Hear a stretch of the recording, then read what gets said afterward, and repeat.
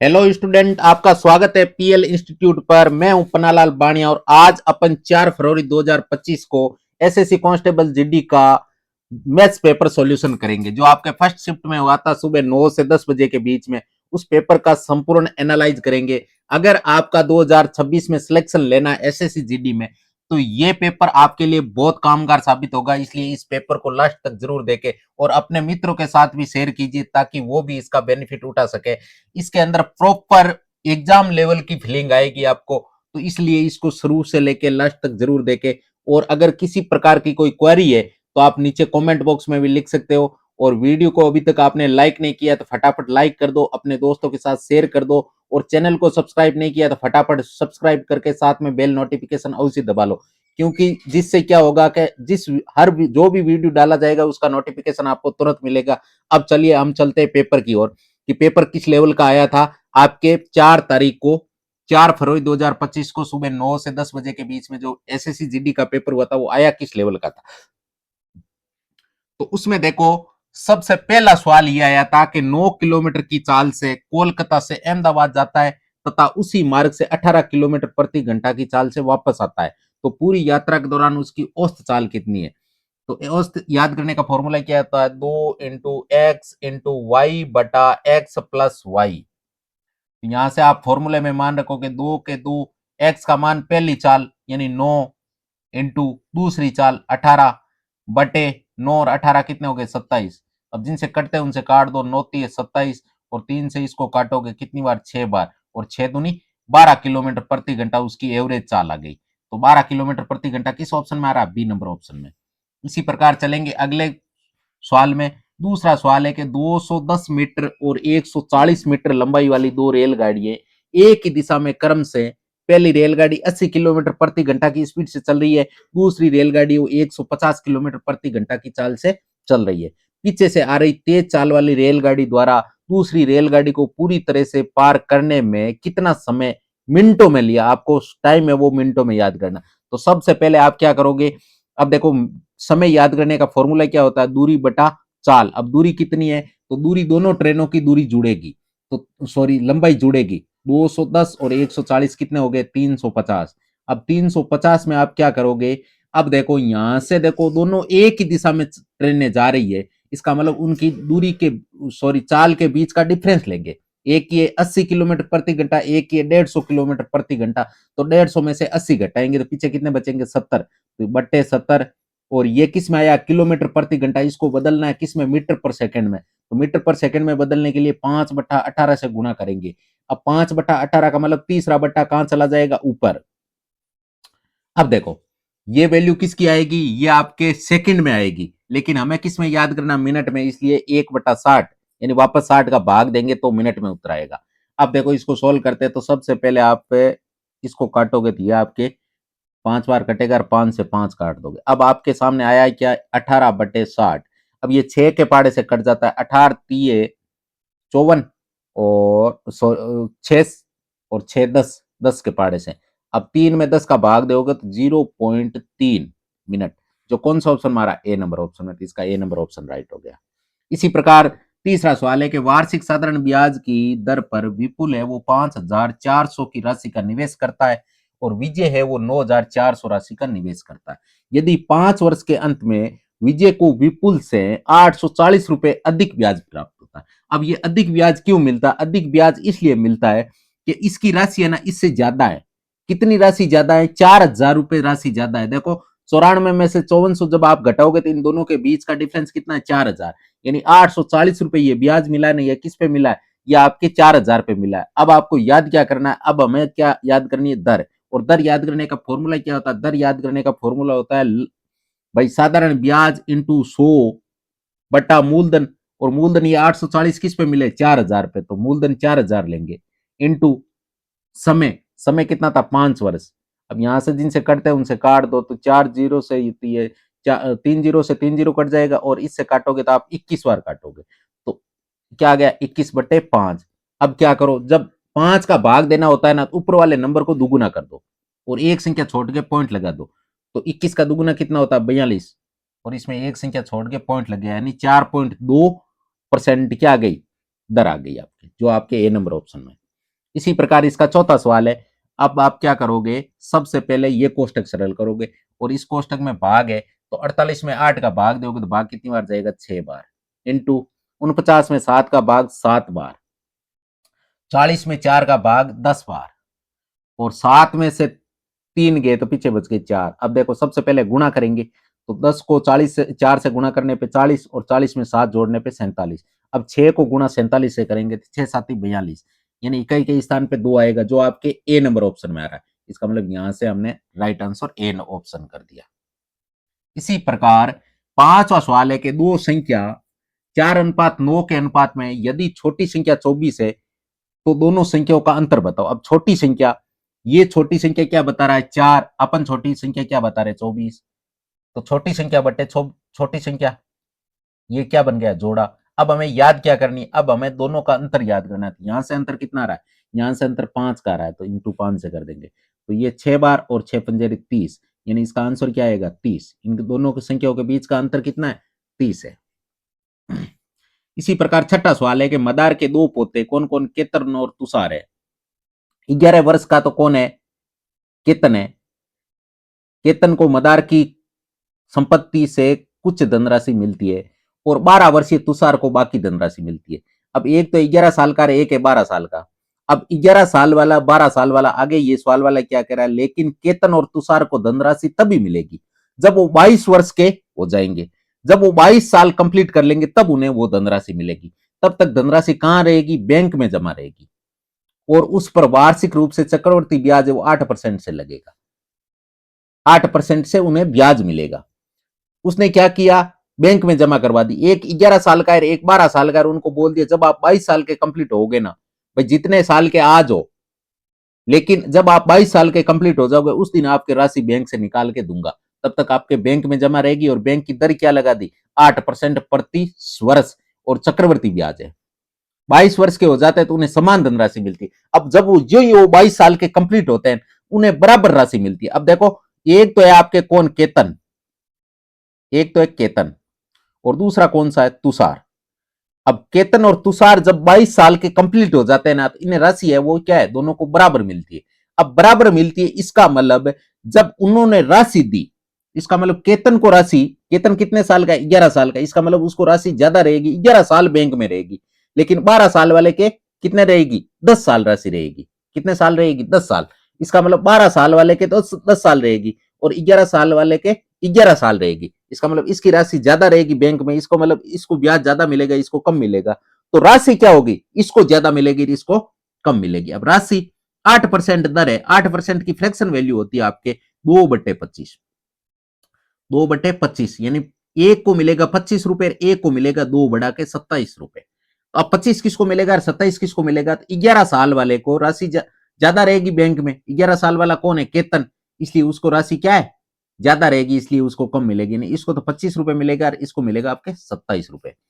लेकिन सवाल वाला क्या कह रहा है, 24,700 रुपए थे, लेकिन हम क्या कह रहे हैं, एक को 25 रुपए मिले रहे, एक को 27 रुपए मिले, तो 25 और 27 कितने हो गए टोटल, 52 इनटू। अब देखो हमें क्या याद करना है, लास्ट में तुषार को कितनी राशि मिली, तुषार को अपने हिसाब से कितनी मिली, 27, तो 27 से गुणा कर देंगे। अब देखो इसको करेंगे सोल्व, तो सबसे पहले ये 13 से कट रहा है, किससे कट रहा है, 13 चौकी 52 और यहां से 13 एकम 13 हासिल की हो गई 11, 13 नम 117, यानी 1900 बार। अब यहां से आप काट दोगे तो ये आपके आ जाएगा 1900 का आधा 950, 950 का आधा कितना होता है, 950 का आधा होता है आपके 950 के आधे 475। अब आप इंटू किससे करोगे, 475 को गुणा करोगे किससे, 27 से। तो 27 को 30 माइनस 3 कर लो ना, ताकि गुणा थोड़ा आसानी से हो जाए। तो 4 3 12, 75 3 225, 1200 और 225 कितने हो गए, 1425, और पीछे जीरो है तो जीरो लगा दो। फिर माइनस क्या करो, माइनस करो आप 1425। अब 50 में से 25 गया तो पीछे 25 ही बचेगा। 12 में से 8 4 गए तो 8, 825। अब 825 देखो एक ही ऑप्शन में आ रहा है, इसका मतलब सी नंबर ऑप्शन इसका राइट होगा। वैसे यहां से आप 25 से भी आंसर निकाल सकते, लेकिन 25 दो ऑप्शनों में था, लेकिन यहां से क्लियर पता चल गया कि इसका सी नंबर ऑप्शन होगा। इसी प्रकार सातवां सवाल है कि 28, 60, 120 और 135 का क्या याद करना है आपको, लघुत्तम समापवर्तक। यहां से 28, 60, 120 और 135 का हम क्या याद करेंगे, एलसीएम। तो सबसे पहले दो का भाग देंगे, दो का भाग कितनी बार जाएगा, 14 बार, यहाँ पे 30 बार, यहाँ पे 60 बार, और यहाँ पे 135 में जाएगा नहीं, इसलिए 135 के 135। अब दोगे फिर दो का जाएगा, यहाँ 7 बार, यहाँ 15 बार, यहाँ 30 बार, लेकिन 135 में नहीं जाएगा। अभी भी दो का जा रहा है, देखो 7 में नहीं जाएगा, 15 में नहीं जाएगा, लेकिन यहाँ पे 30 में जाएगा 15 बार, और 135 के 135। अब भाग किसका जाएगा, अब जाएगा आपके 3 का। तो 7 में नहीं जाएगा, तो 7 के साथ 15 में जाएगा 5 बार, 15 में जाएगा 5 बार, और 135 में आपके जाएगा 45 बार। अब भी जा रहा है 3 का, 1 मिनट, यहाँ से 5, यहाँ 5 ही थे, अब 3 का और जाएगा, तो 3 का और जाएगा, 7 में नहीं जाएगा, 5 में नहीं जाएगा, 5 में भी नहीं जाएगा, 45 में जाएगा कितनी बार, 15 बार। और अब भी जा रहा है 3 का, 7 में नहीं जाएगा, 5 में नहीं जाएगा, 5 में नहीं जाएगा, लेकिन यहाँ से जाएगा आपके कितनी बार, 5 बार। अब जाएगा 5 का, तो 7, 1, 1, 1। अब जाएगा 7 का, तो 7 पंजा 35, और 35 दूने 70, और 70 दूने 140, 140 दूने 280, यहाँ तक 280 आ गया, और 280 इंटू 27। तो सबसे पहले 27 का स्कोर कर दो ना, 27 का स्कोर कितना होता है, 729। इसको जीरो को एक बार छोड़ दो, 27 इंटू 28, फिर 27 और जोड़ो, क्योंकि आपने 27 बार किया ना, 28 बार करना है, तो 9, 16 और जीरो, लास्ट में 60 आएगा, और वैसे लास्ट में 60 एक ही ऑप्शन में आ रहा था, इसका एक ही ऑप्शन होगा। इसी प्रकार 8वां सवाल है कि एक परीक्षा में गणित के 3 पेपर थे, अंग्रेजी के 2 पेपर थे, और विज्ञान का 1 पेपर था। सभी पेपर है वो 100 अंक के थे। एस को गणित में 60%, अंग्रेजी में 70%, विज्ञान में 50% अंक मिले। सभी पेपर में उनके अंकों का कुल प्रतिशत आपको बताना। अब देखो सब्जेक्ट कितने हो गए, 3 तो गणित के, 2 आपके इंग्लिश के, 3 गणित के, और 1 विज्ञान का। सब्जेक्ट कितने हो गए, 5 और 1 6। 100 नंबर का पेपर है, यानी 600 नंबर में से उसे कितने नंबर मिले। तो एस को गणित में 60%, यानी एक सब्जेक्ट में, गणित में एक विषय में 60 नंबर आए, इसका मतलब तीनों में कितने हो गए, 180। इसी प्रकार अंग्रेजी में 70% आए, इसका मतलब 70 70 140 दो के, और विज्ञान में आएगा आपके 50%, 50% का एक ही सब्जेक्ट है, तो 50 बटे 600। अब देखो इनको आप जोड़ो, तो कितने हो गए, 220, 320, 370, 370 बटे 600। अब एक जीरो से एक जीरो कट गया। अब आपको क्या करना है, इंटू 100 करना है। तो फिर आप एक जीरो से एक जीरो और काट दोगे। अब 370 में किसका भाग दोगे, 370 में 6 का भाग दोगे। किसका भाग दोगे, तो 6 चंगा 36, असल की 1, फिर जीरो उतार दिया। अब 6 कम 6 यानी 61 पॉइंट कुछ आएगा। अब 61 पॉइंट कितना आएगा, तो यहाँ से आप क्या करोगे, यहाँ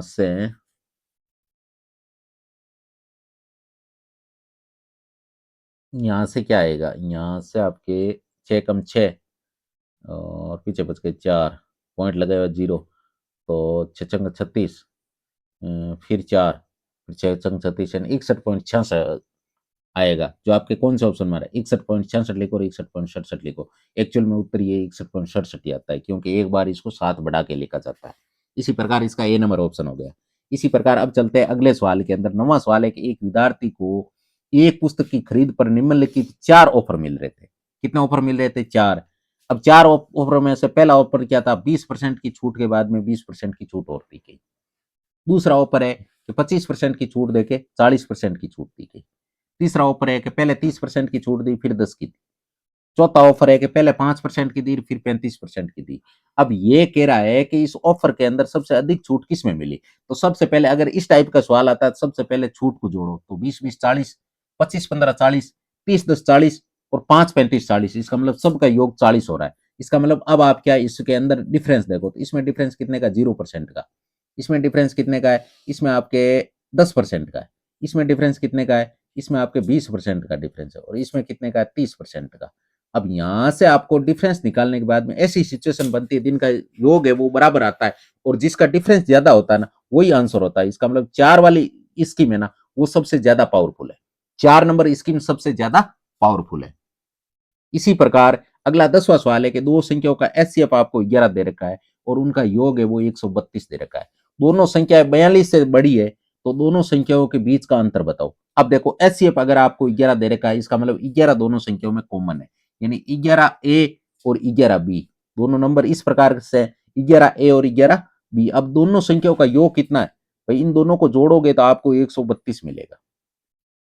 अब 132 मिलेगा, इसका मतलब 11 कॉमन आ गया, ए प्लस बी बराबर 132। अब यहां से आप इसे काट सकते हो तो ये कितनी बार कटेगा, ये आपके कटेगा 12 बार। कितनी बार, 12 बार। 12 इंटू 11 यानी ए प्लस बी की वैल्यू कितनी है, 12। लेकिन देखो अब 11 ए प्लस 11 बी, अब ये सवाल वाला क्या कह रहा है भाई, ए और बी इसका और इसका दोनों का योग तो 12 हो रहा है और दोनों संख्या वो 42 से बड़ी है। अब आपको क्या करना है, यहां से इनकी वैल्यू पुट करके देखनी है भाई 11 के पास में क्या रखे, वैल्यू 42 से ज्यादा है और दोनों का योग भी 12 हो, इस प्रकार से होना चाहिए। तो अगर मान लीजिए 1 रखते तो 1 से 11 कम 11 जो 42 से छोटी हो जाएगी, इसका मतलब ये वेरीफाई कर नहीं रही है। 2 लेंगे नहीं, 3 लेंगे नहीं, क्योंकि 3 तक 11 या 33 होता है जो कम हो जाता है, तो 3 के बाद में 4 लेंगे। अगर इधर 4 लेंगे तो इधर 8 लेना पड़ेगा और दोनों में 2 कॉमन आ रहा है और एचसीएफ आपको पहले ही 11 दे दिया, इसका मतलब 2 भी कॉमन नहीं निकलेगा, इसका मतलब ये नंबर भी नहीं होगा। अब ये नहीं होगा तो अगला नंबर 4 के बाद में अगला नंबर 5, अगर ये 5 लेंगे तो ये 7 लेंगे, अगर ये 5 लिया फिर 11 इंटू ये 7 लिया तो ये तो 55 हो गए, ये आपके 77 हो गए। अब दोनों के बीच का डिफरेंस कितना आ रहा है बताओ, 77 और 55 के बीच का डिफरेंस कितना आ रहा है, 22 का, जो कौन सा ऑप्शन में है, जो आपके डी नंबर ऑप्शन में। इसका मतलब इसका राइट आंसर क्या हो गया, डी नंबर ऑप्शन। इसी प्रकार अगले सवाल में चलते हैं। 11वां सवाल है कि 16 और 48 का तृतीयानुपाती याद करो, और तृतीयानुपाती याद करने का फॉर्मूला क्या होता है, बी स्कोर बटा ए। बी स्कोर, बी कितना है, बी आपके 48 है, नहीं 48 को 48 से गुणा करो इंटू ए की वैल्यू 16। अब 16 से 48 तीन बार कटता है, 48 को 3 से गुणा करोगे तो आपके 144 आएगा, जो कौन सा ऑप्शन मारा, ए नंबर ऑप्शन में। इसी प्रकार अगला सवाल है कि 12वां सवाल है कि उस वस्तु का क्रय मूल्य याद कीजिए जो 8% के लाभ के साथ 1566 में बेची जाती है। अब 8% लाभ में, यानी वो वस्तु कितने में बेची जाती है, वस्तु है वो आपके कितने में बेची जाती है, वस्तु बेची जाती है भाई 25 रुपए की वस्तु है 27 में बेची जाती है, क्योंकि 8% की फ्रैक्शन वैल्यू क्या होती है, 2/25 होती है। इसका मतलब 25 की वस्तु है, 2 का प्रॉफिट हुआ है, उसे 27 में बेचेंगे तो 1566, सवाल वाला कह रहा है 1566 में बेचेंगे, लेकिन अपन क्या कह रहे हैं 27 में बेचेंगे। अब याद क्या करना है, क्रय मूल्य, तो अपन ने क्रय मूल्य क्या माना 25 रुपए, तो उसे 25 से गुणा कर दो। अब यहां से आप काट दो तो 27 से अगर भाग दोगे, 27 से क्या करोगे, भाग दोगे तो भाग कितनी बार जाएगा, 5 बार। कितनी बार, 5 बार। तो यहां से आप 135 घटाओगे, 135 घटाओगे तो कितने बनेंगे, 135 घटाने पे आपके 15 और 6 21 बच गए, 21 के पास में लगा दिया 6, इसका मतलब 216, और 216 में 35 का 27 का भाग कितनी बार जाता है, 8 बार, इसका मतलब ये 58 आ गया। अब 58 को आप 25 से गुणा करोगे। अब 58 को मैं ऐसा भी लिख सकता हूं 29, 2 इधर दे दी थी आपके 50 हो गए। अब 29 को 50 से गुणा करना, इसका मतलब 29 को 100 से गुणा करोगे तो 2900 का आधा 1450, तो कौन सा ऑप्शन हमारा है, सी नंबर ऑप्शन है। इसका मतलब इसका सी नंबर ऑप्शन राइट हो गया। इसी प्रकार अगले सवाल में चलेंगे। 13वां सवाल है कि एक संख्या को पहले 15% घटाया जाता है फिर 20% बढ़ाया जाता है, तो इस प्रकार इस संख्या की मूल संख्या से 78 अधिक हो जाती है। अब पहले से क्या है, 15% घटाया जाता है, 15% की फ्रैक्शन वैल्यू क्या होती है, 3/20, यानी 20 से 3 कम हो गए, यानी 20 से वैल्यू कहां पे आ गई, 17 पे। फिर क्या हुआ, फिर 20% बढ़ाया, यानी 20% की फ्रैक्शन वैल्यू क्या होती है, 5, 5 से 6, यानी 1/5 होता है ना, इसका मतलब 5 पे 1 वृद्धि, यानी 5 से 6 हो गए, तो ये कितने आ गए, 100। यहां से कितने आ गए, 70 सके 102। यहां से देखो वृद्धि कितनी हो रही है, 2 की, लेकिन सवाल वाला क्या कह रहा है, 78 की। सवाल वाला 78 की कह रहा है, हम कह रहे हैं 2 की, तो 78/2। अब वृद्धि बटे वृद्धि बन गया जोड़ा। अब याद क्या करना है, मूल संख्या, तो 100 से गुणा कर दोगे, मूल संख्या 100 ही है। अब देखो, अब आपको क्या करना है, अगर आप 78 में 2 का भाग दोगे तो 39 बार जाएगा, और 39 को 100 से गुणा करने पे कितना आएगा, 3900। इसी प्रकार 14 सवाल है कि ए किसी कार्य को 32 दिन में करता है, ए कितने दिन में करता है, 32 दिन में, बी कितने दिन में करता है, 48 दिन में। वो 8 दिनों तक 7 कार्य करता है, फिर एक कार्य करना छोड़ देता है। इसका मतलब 32 और 48 का टोटल वर्क निकालेंगे तो टोटल वर्क कितना आएगा, 32 और 48 का एलसीएम कितना आएगा, 96। इसका मतलब 96 में 32 का भाग 3 बार और 48 का भाग 2 बार। इसका मतलब ए की एफिशिएंसी 3 यूनिट और बी की एफिशिएंसी 2 यूनिट। ये 3 यूनिट से काम करता है, ये 2 यूनिट काम करता है। अब क्या करना है, ए और बी दोनों लगे 5 की कैपेसिटी से 8 दिन उन्होंने 7 काम किया। इसका मतलब 40 काम फिनिश कर दिया। अब काम पीछे कितना रहा, 40 अगर इसमें से घटाएंगे तो पीछे कितना, 6 5 56 काम बच गया। अब क्या हुआ, ए तो चला गया, अब बचा कौन, बी। तो आगे यह क्या कह रहा है, शेष कार्य का 60%, 60% का मतलब होता है 3/5, यानी 56 का 3/5 कौन करेगा, बी करेगा। तो बी 1 बटे, और बी की एफिशिएंसी कितनी है, 2, तो यहां से आप काट दो। तो यहां से जिनसे कटते हैं उनसे काटो, तो आपके 28 बार कट रहा है। 28 दूने 56, 28 थी 84। 84 में आप क्या करो, 5 का भाग लगाओ। अब जब 84 में 5 का भाग लगाओ तो पूरा पूरा जाएगा नहीं, लेकिन 16 बार जाएगा पूरा पूरा। 16 पानी 80, पीछे कितने बच गए, 4, तो 4/5, यानी 16 सही 4/5 इसकी क्या गई, उसको टाइम लगेगा। 16 सही 4/5 जो आपके सी नंबर ऑप्शन में आया। इसी प्रकार अगला सवाल है कि दो शंकों की ऊंचाई, ये मानो H1, ये मानो H2, और आधारों की त्रिज्या यानी R1 R2 कितना दे रखा है, ये दे रखा है आपको। तो उनके आयतनों का अनुपात याद करना है। अब देखो, सबसे पहले शंकु का आयतन याद करने का फॉर्मूला क्या होता है, शंकु का आयतन याद करने का फॉर्मूला होता है 1/3 पाई आर स्क्वायर एच, ये फॉर्मूला होता है। अब ये आयतन का फॉर्मूला है, तो ये आपके R1 मान लो, ये H1 मान लो। इसी प्रकार 1/3 पाई आर स्क्वायर एच, इसको मान लो R2 H2। अब 1/3 और पाई तो कट गया, 1/3 से 1/3 ये पाई कट गया। अब R1 कितनी है, R1 है आपके 1, यानी 1 का स्क्वायर भी कितना होगा, 1 ही तो होगा, इंटू एच कितना है, एच है आपके 4।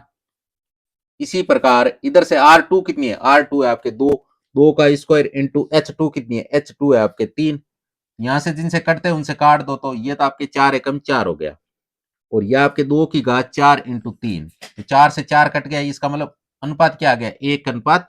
जो कौन सा ऑप्शन मारा, जो आपके ए नंबर ऑप्शन मारा, तो इसका ए नंबर ऑप्शन राइट हो गया। इसी प्रकार 16वां सवाल है कि पेट्रोल के मूल्य प्रति लीटर 85% की वृद्धि हो जाती है, इसकी खपत में कितने प्रतिशत की कमी की जाए कि इस पर होने वाला व्यय केवल 48% की वृद्धि हो। अब देखो, सवाल वाला ये कह रहा है कि 100 रुपए थे पहले पेट्रोल के भाव, लेकिन पेट्रोल के भाव में वृद्धि हो गई 85% की। इसका मतलब 185 लीटर हो गया है, 185 रुपए लीटर पेट्रोल की रेट हो गई। लेकिन क्या हुआ, इसकी खपत में कितने प्रतिशत की कमी करें कि होने वाला व्यय वो केवल 48% ही बढ़े। अब वो क्या कह रहा है कि मेरे पास तो खर्च करने के लिए 148 रुपए, भाई पहले 100 रुपए खर्च करता था, लेकिन 185 हो गया, लेकिन वो कह रहा है मेरे को तो 148 ही खर्च कर सकता हूँ, इसके ज्यादा, इससे ज्यादा मेरे पास है ही नहीं। तो यहां से क्या है, खपत में कमी करनी पड़ेगी, उसे बाइक कम चलानी पड़ेगी।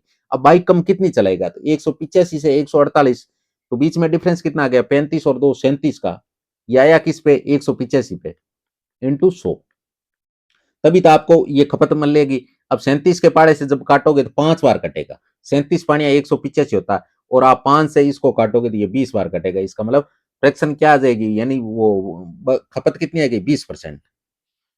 इसी प्रकार 17वां सवाल है कि यदि समान ब्याज दर पर 2 वर्षों में साधारण ब्याज है वो तो 42 रुपए मिलता है, चक्रवर्ती ब्याज है वो 51 रुपए मिलता है। इसका मतलब एसआई, एसआई तो क्या है, हर साल स्वयं होता है। इसका मतलब पहले साल भी 21 और दूसरे साल भी 21, 2 सालों की बात हुई है।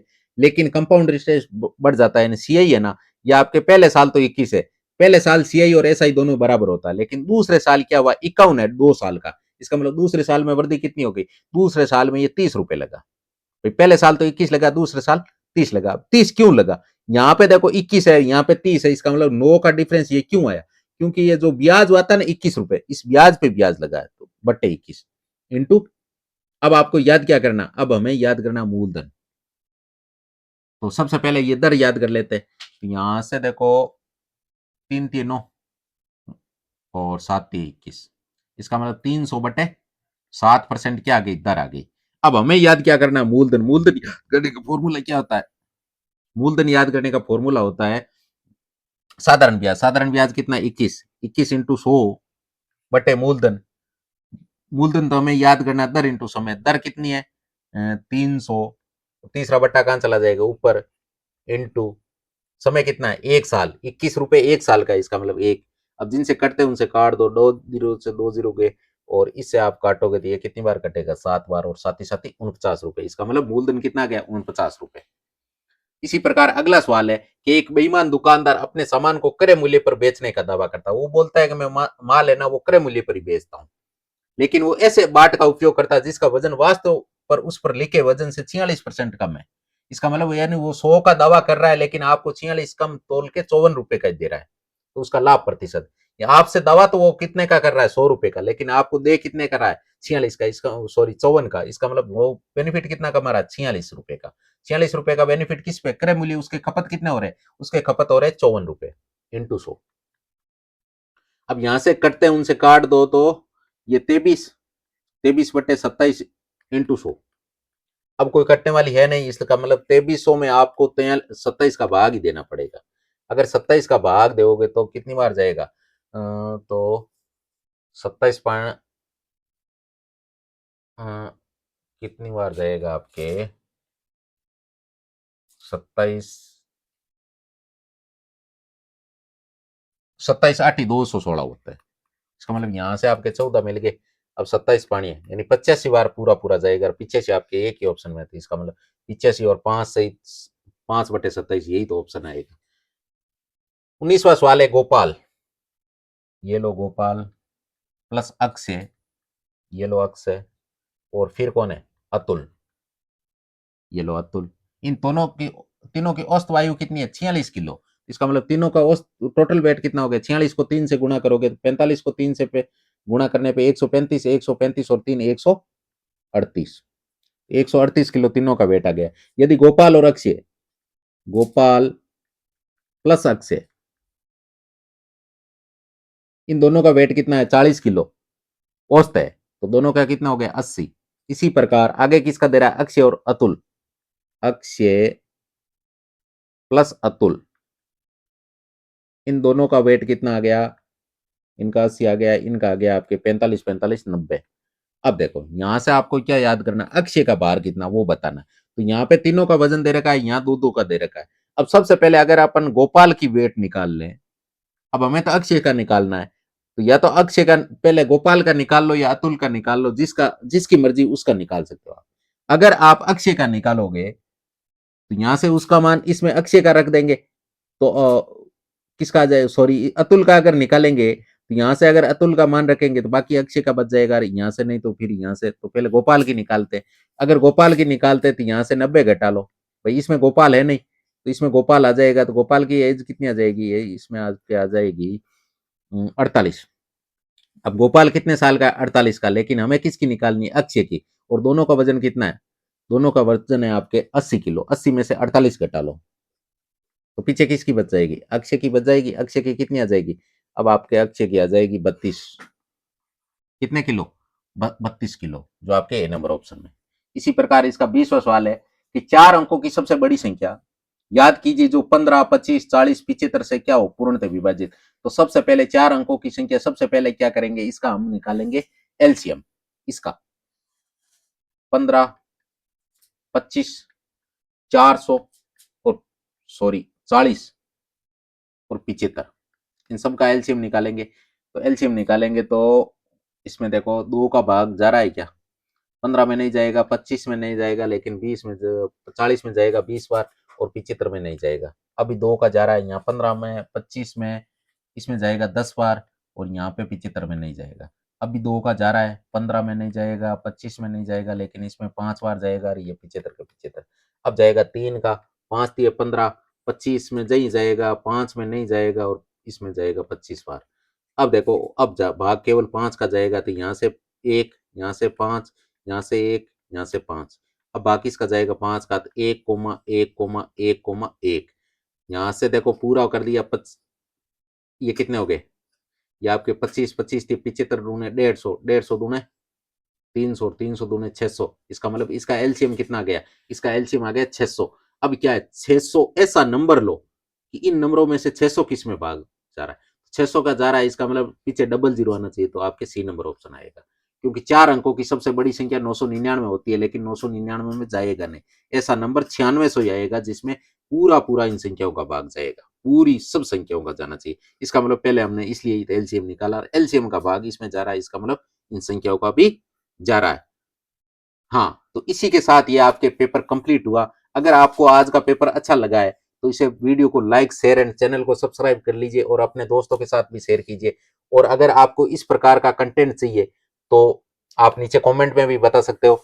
चलिए, all the best, take care, bye bye. कल हम इस चैप्टर से संबंधित ही, यानी हमें अभी सीरीज कौन सी चल रही है, एसएससी जीडी के पीवाईक्यू की सीरीज चल रही है, तो कल इसका अगला पेपर आएगा कौन सा, जो 4 शिफ्ट को सेकंड पारी में पेपर हुआ था ना, उसका संपूर्ण सॉल्यूशन करवाया जाएगा। इसलिए वीडियो को लाइक शेयर एंड चैनल को सब्सक्राइब कर ले। टेक केयर, बाय बाय, जय हिंद, जय भारत।